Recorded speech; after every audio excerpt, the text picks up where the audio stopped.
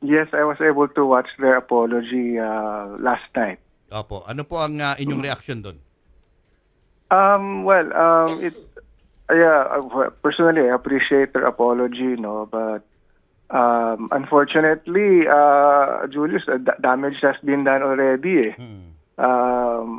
May mga naapektuhan na tayong mga tao, our constituents, and also the impression of people na Coron, at saka yung, of course, the reputation of Coron as a municipality has been tarnished. Nakausap niyo na po si Mayor, sir? Nakausap niyo na? Si Mayor, kanina, he called me up and he told me to pag-aralan ng mabuti yung resolution na ihahain namin on Monday. And before namin ihain, mag-meeting pa kami para pag-usapan ng details. Pero hindi na po ito iaatras. Kumbaga, tuloy na po sa Lunes yung pagpa-file nitong resolution. Yeah. Hindi na ma-atras yan. I don't know if you heard the news na nauna na nga ang probinsya ng Palawan itself. What's this? Yesterday, board member Anton Alvarez gave me a call. And then he asked me kung okay lang ba sa amin na kasi yung session ng Sangguniang Panlalawigan is today. And then yesterday he asked me, okay lang ba, mauna na kami. We will declare them already persona non grata for the whole of the province. Sabi ko, walang problema, go ahead. Susunod na lang kami sa Monday on the 24th. So, they are already persona non grata sa buong probinsya ng Palawan. And then sa Monday, kami naman, we will pass our own resolution also, declaring them also as persona non grata, specifically for the municipality of Coron. Pag ganyan, sir, hindi na po yan kinakailangan pa ng approval ni Mayor? Kahit kayo na lang po sa konseho ang mag-file po nito at kayo na po ang maglalabas nitong resolution? Lahat po ng resolution namin may approval ng Vice Mayor at saka ng Mayor. So, dadaan po yan talaga sa kanila. Pero sa pagkakausap po ninyo kay Mayor at kay Vice Mayor, mukhang aaprobahan nila po itong resolution. Oo naman. Oo. Because actually Mayor Reyes is very upset about the incident that happened sa kanyang opisina, no? Yung pagpasok nila na walang pasubali, hindi man lang nag-ask ng permission if they can film, and then hindi maganda yung pagsasalita nila doon sa loob. Mabuti nga po wala po si Mayor nung time na yun. So linawin ko lang, Konsehal, persona non grata na po sila sa buong probinsya po ng Palawan?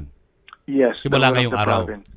Okay. Yes. Ano po ang ibig sabihin nito? Once you're persona non grata, ano po ang repercussion po nito dun sa mga miyembro nitong grupo na ito? Well, it does not mean that bad kayo, na bawal kayong pumunta ng Palawan. And then on Monday, pag linabas namin yung persona non grata resolution namin, it does not mean also na banned kayo to go to Coron. Pwede pa rin po kayo pumunta, or sila, if they can go. But persona non grata means you are found undesirable. The municipality finds you undesirable and you are not welcome in our municipality. Should there anything that will happen to you, parang warning na sa inyo yan, mag-ingat kayo kasi hindi kayo gusto ng mga tao dito. So pwede yun ang ibig sabihin po. No? Parang warning po yan. Parang we declare your personal grata. In some, pwedeng sabihin na we cannot guarantee your safety because may mga taong galit sa inyo dito sa amin. Nakausap nyo na po ba itong staff na si Joe Cayabyab Trinidad na siyang nag-post, no? Ng, yun na, alam na natin kung anong pinost niya, na siyang ikinagalit ng mga vloggers. Ano po yung kanyang panig? Good afternoon, Ma'am Tintin. Yes po. Good afternoon. Yes, I was able to chat with her kahapon. Nag-chat kami and then sabi nga niya na masamang loob niya. Kasi napilitan po siya actually na ilabas yung apology na yon. Napilitan po. She was under pressure. Kung pwede sabihin nga natin, under duress. She was coerced to make that statement. Coerced by whom? By the group of Team Malakas. Sila. Oo. Wala akong taga, Konsel, wala ho taga-munisipyo na nag-utos kay Joe na na mag-apologize siya. Kumbaga, yung team malakas na nga nagsabi, mag-apologize ka, parang ganun. Ang nangyari po kasi, actually ganito po yan. May OIC kami doon. And then, nagkakagulo na po doon sa opisina ni Mayor. I just want to make this clear. No? Magkakaroon pa po ng detailed investigation on Monday. But the initial findings is that they went to the office, skandalo sila doon, and then they confronted Joe Cayabyab, Trinidad, and then after a while, I think dumating po yung OIC mayor namin. At that time, Dr. Gintapan. And naglabas sila ng mga conditions na hindi kami aalis dito hanggat gawin ninyo ito. Kailangan mag-apologize yung si Mr. Trinidad. Kailangan itong sasabihin niya, ganito, ganyan. Another condition was huwag tanggalin yung mga post ni Joe Trinidad. Huwag niyang i-erase. And I think apat po yun. I can't remember the third. But the last condition na hindi pumayag ang OIC is that mag-apologize ang municipality formally. Kasi why should we? Correct. Bakit kami mag-apologize? Wala naman kaming kasalanan sa inyo. Yun ang dinidemand nila, sir, na ang municipality mag-apologize din aside from kay Joe.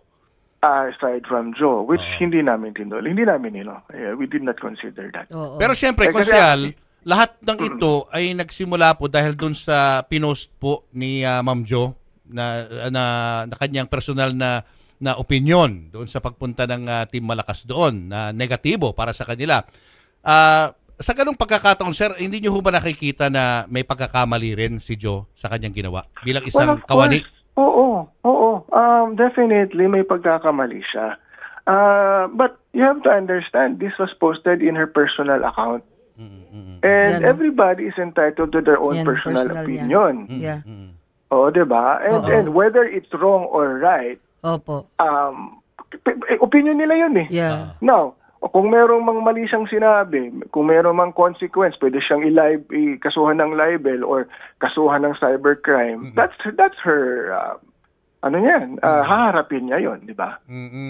So, on our part, we cannot really reprimand or sanction or magkaroon kami ng action regarding that with Miss Trinidad.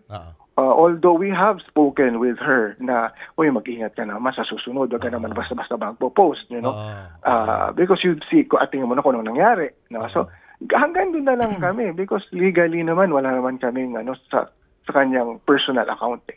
May plano po ba si Ma'am Jo na mag-file ng case laban dito sa mga miyembro ng Team Malakas? Wala po akong masasabi tungkol dyan. She is still thinking about it. Meron pong mga taong who have come to her and said na if she is planning to susuportahan siya. Kasi marami pong nasaktan sa marami siyang kaibigan na nasaktan sa nangyari. Of course, si Jo nasaktan din. And then they are thinking about it pero hindi pa po sigurado. I have yet to find out. Linawin ko lang, Konsehal, ang mga kasama po doon sa mga mapepersona ng grata ay lahat po ng Team Malakas. Hindi lang po itong si Rendon, si Rosmar at yung isa pa. Hindi lahat po sila. Sa ngayon, ang nakalagay po sa draft is si Rendon, si Rosmar, and Markitan. Yung tatlo. But we will still be discussing that on Monday, whether isasama namin yung buong team. So, pag-uusapan pa po namin yan sa Lunes ng aking mga kasama sa Sangguniang, kasama si Mayor Asian Palangka. We are also going to invite Mayor Reyes doon po sa session namin para he can also masabi rin niya yung gusto niyong sabihin tungkol sa issue. Oo. Okay. May last na tanong na lang po, doon kasi sa post ni Ms. Cayabyab, nakalagay doon na kulang sa coordination yung event, matagal na pinaghintay yung mga tao, hindi pinakain, nagutom sila. Ano pong masasabi niyo po dito? Totoo po ang lahat ng ito? Yes, our is that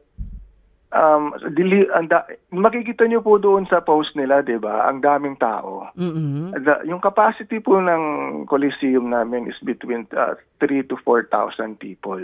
Halos mapuno po nila 'yon. And then, ang napamigay po nila is very limited lang yung mga napamigay nilang ayuda. Iilan lang po yung nabigyan. So, at matagal po naghintay yung mga tao. So, it's true. It's true na yung mga tao nagpunta doon, napagod at nagutom. And then, most of them, of course, na-disappoint po sila. Kasi hindi po sila nakatanggap. Alam niyo po, talagang walang coordination. Ang procedure po kasi dyan is that kailangan meron ho kayong written request sa munisipyo para magamit po yung Coliseum. That's number 1. Yeah. Number 2, i-schedule po yan ng opisina ni Mayor kung kailan niyo po pwedeng gawin yung activity. Yeah. Tapos number 3, because sa ganyang kalaking activity, kailangan meron tayong coordination with the PNP. Kailangan for security. Meron kang coordination with the RHU tsaka sa medical team kung may emergency, medical emergency.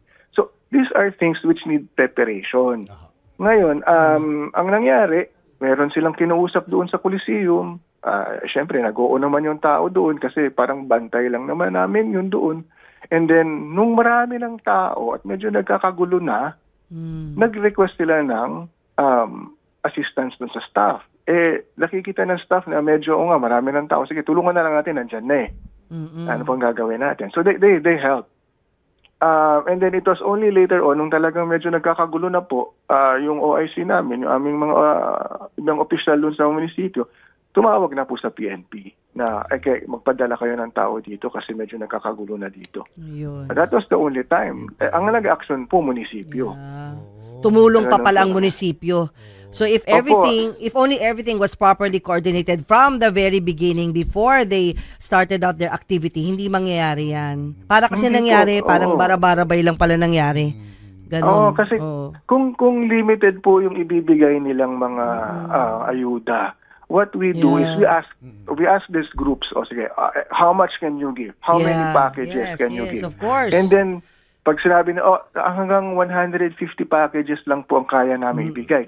Ang gagawin po namin, i-refer po namin sila sa MSWD namin kung saan meron na kami nakahandang listahan ng mga indigent families. Ganyan usually, tama. Oo. Para tapos, controlled no? Yun lang ang pupunta. Yun lang ang pupunta to claim. Oo, exactly. Yun lang po ang pupunta. And then it's conducted in a very orderly manner. So that number 1, we guarantee the safety of the people. Number 2, hindi po nadidisappoint yung tao. Tama. Well, lessons learned. Tama. Next time, dapat pag-iingat na yung mga nagpaplano magsagawa ng mga ganito. Thank you so much, Konsehal. Thank you so much sa inyo. Maraming salamat din po. Maraming salamat. Abangan na lang po namin yung inyong paglabas ng resolution this coming Monday. Thank you, sir.